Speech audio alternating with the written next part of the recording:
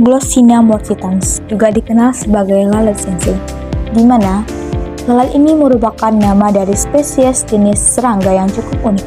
Apa yang unik dari serangga ini?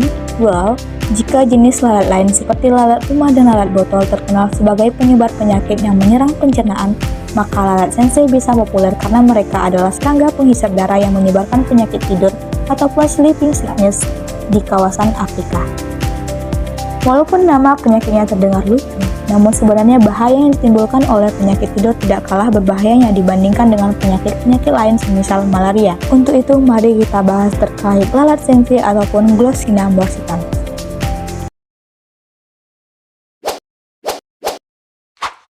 Bagaimana morfologi lalat sensei? Lalat sensei dewasa berukuran sekitar 8-17 mm berwarna coklat keabu-abuan dengan sayap yang saling bertumpang tindih saat beristirahat. Mulutnya berbentuk seperti jarum yang panjang, memungkinkan mereka untuk menembus kulit dan menghisap darah. Bagian-bagian dari lalat sensei: bagian yang bernama antena, bagian yang berada di dekat kepala yang berfungsi sebagai indera peraba dan penciuman untuk mendeteksi keberadaan mangsa, bagian kepala atau cap, bagian depan tubuh yang mencakup mata, antena, dan trompa. Kepala ini berfungsi untuk indera penglihatan dan makan. Trompa, bagian yang seperti tabung pada mulut yang digunakan untuk menghisap darah, di mana trompa ini adalah alat yang memungkinkan lalat sensei untuk menularkan parasit trypanosoma kepada inangnya. Kemudian ada bagian sayap ataupun aripa. Lalat sensei memiliki sepasang sayap yang memungkinkan untuk terbang dan mencari inang. Ada bagian torak atau torase, bagian tengah tubuh yang menjadi tempat melekatnya sayap dan kaki. Toraks mengandung otot-otot yang diperlukan untuk terbang. Abdomen merupakan bagian belakang tubuh yang berfungsi untuk menyimpan makanan yang telah diserap. Abdomen juga memainkan peran dalam reproduksi. Haltera, struktur kecil di dekat sayap yang membantu menjaga keseimbangan saat terbang. Kaki depan atau piscior anterior digunakan untuk berjalan dan mendukung aktivitas lalat. Bagian tengah, piscior median, digunakan untuk pergerakan dan membantu lalat bertengger di permukaan. Kaki belakang atau piscior posterior membantu dalam stabilitas dan pergerakan. Ada sekitar 20 spesies lebih lalat sensei yang sudah diketahui oleh manusia dan semuanya digolongkan ke dalam genus Glossina. Spesies-spesies lalat sensei tersebut oleh para ilmuwan lebih lanjut digolongkan ke dalam 3 subgenus berdasarkan habitatnya. Glossina morsitans dikenal tinggal di dalam kelompok savana, kemudian Glossina palpalis di kelompok hutan, dan Glossina fusca di kelompok hutan tropis. Klasifikasi: Kingdom Animalia, Phylum Arthropoda, kelas Insecta, Ordo Diptera, famili Glossinidae, genus Glossina, dan spesies Glossina morsitans. Larva sensei menjalani metamorfosis sempurna yang terdiri dari 4 fase. Yang pertama fase telur, yang kedua fase belatung ataupun manggot, yang ketiga kepompong, dan yang keempat lalat dewasa. Jika diamati secara seksama dan kemudian dibandingkan dengan siklus hidup lain dari lalat, siklus hidup dari lalat sensei bisa dikatakan unik. Contoh keunikan dari siklus hidup lalat sensei adalah saat sudah waktunya bertelur, induk lalat sensei akan tetap menyimpan telur tersebut di dalam tubuhnya hingga menetas menjadi larva. Larva yang baru menetas tersebut tetap berada di dalam tubuh induknya dan hidup dengan mengkonsumsi senyawa mirip cairan susu yang dihasilkan oleh kelenjar induknya. Jika larva sudah memasuki ukuran tertentu, barulah larva keluar dari tubuh induknya dan lahir ke dunia. Masa hidupnya larva di dunia luar relatif singkat karena hanya dalam waktu beberapa jam usai keluar dari tubuh induknya, larva lalat sensei segera mencari tempat berlindung untuk berubah menjadi pupa. Masa pupa atau kepompong berlangsung selama beberapa hari dan sesudah itu, lalat sensei dewasa akan keluar.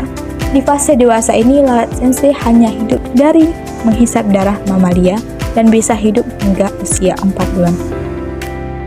Gambar ini menunjukkan siklus hidup Trypanosoma gambians, penyebab penyakit tidur African trypanosomiasis yang ditularkan oleh lalat sensei atau Glossina morsitans. Berikut adalah penjelasan tahap-tahap penularan penyakit tersebut. Tahapan yang pertama, lalat sensei menggigit manusia yang terinfeksi dan menghisap darah yang mengandung Trypomastigot methacillus. Trypomastigot ini masuk ke dalam saluran pencernaan lalat sensei.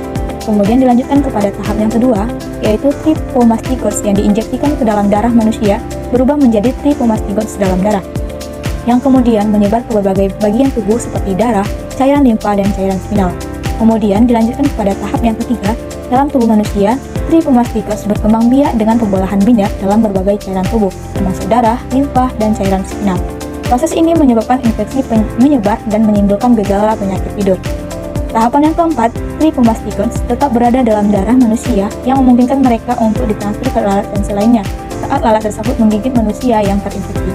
Kemudian tahap yang kelima, lalat sensei menggigit manusia yang terinfeksi dan mengisap darah yang mengandung Trichomastitis. Kemudian tahap yang keenam, dalam tubuh lalat sensei, Trichomastitis ini berubah menjadi procyclic Trichomastitis di dalam usus lalat. Procyclic Trichomastitis ini berkembang biak melalui pembelahan binar. Kemudian pada tahap yang ketujuh, procyclic Trichomastitis meninggalkan usus lalat sensei dan berubah menjadi epimastitis di dalam kelenjar ludah lalat.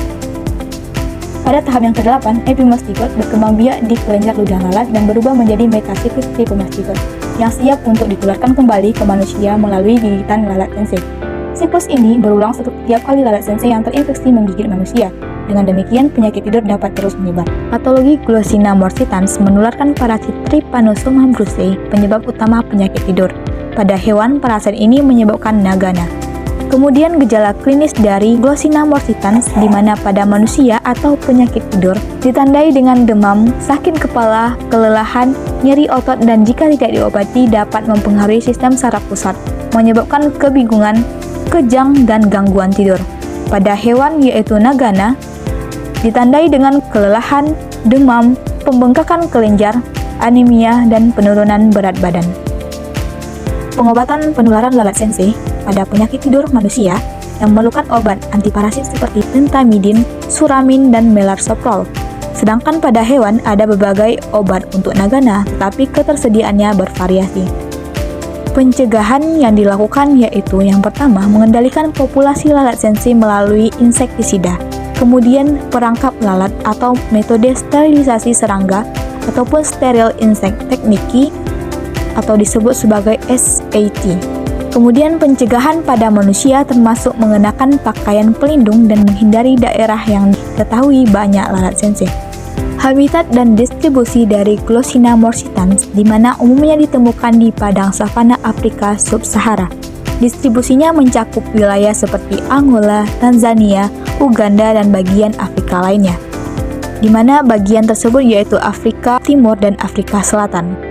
Lalat sensei memainkan peran penting dalam ekosistem savana, tetapi sebagai faktor penyakit, mereka menimbulkan tantangan besar bagi kesehatan manusia dan hewan di Afrika. Sekian penjelasan mengenai Glossina morsitans. Terima kasih.